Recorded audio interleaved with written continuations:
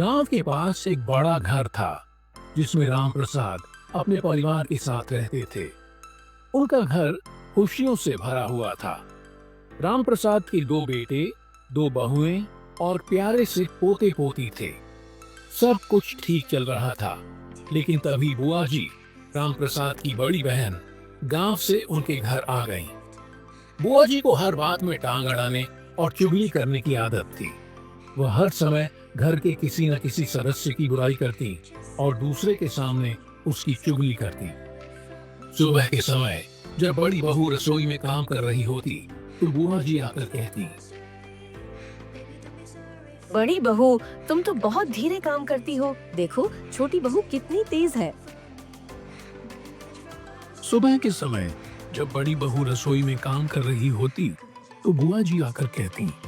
फिर छोटी बहू के पास जाकर कहती, छोटी बहू, बड़ी बहू को देखो, वो कितना मेहनत करती है, तुम तो बस आराम करती हो।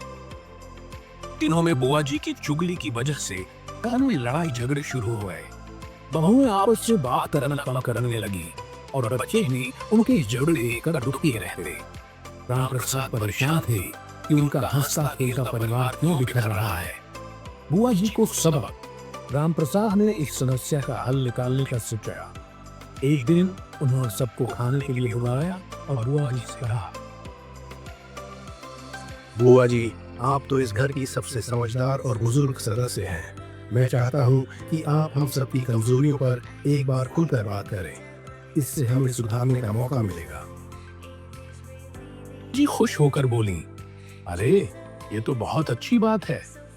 उन्होंने सबके सामने एक एक करके सबकी बुराइयां बतानी शुरू कर दी।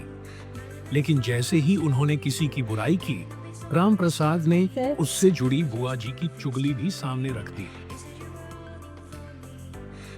बड़ी बहू ने कहा, बुआ जी, आपने तो मुझे छोटी बहू के खिलाफ कहा था। छोटी बहू ने कहा, और मेरे सामने हमने बड़ी बहू की चुगली की थी। बुआ जी को अपनी गलती का एहसास हुआ। उन्होंने वादा किया कि अब वे कभी भी किसी के घर में फूट डालने की कोशिश नहीं करेंगी। राम प्रसाद ने कहा, बुआ जी, आपकी चुगली ही इन चावलों की तरह होती है। एक बार किसी के बीच गलत फहमी फैला दो तो उसे वापस सही करना बहुत मुश्किल होता है, जिसकी ये चुगली से बचना चाहिए। राम प्रसाद के घर में भी फिर से हंसी और खुशी लौट आई। परिवार ने महसूस किया कि मुक्की और समझदारी से रिश्ते फिर से मजबूत हो सकते हैं।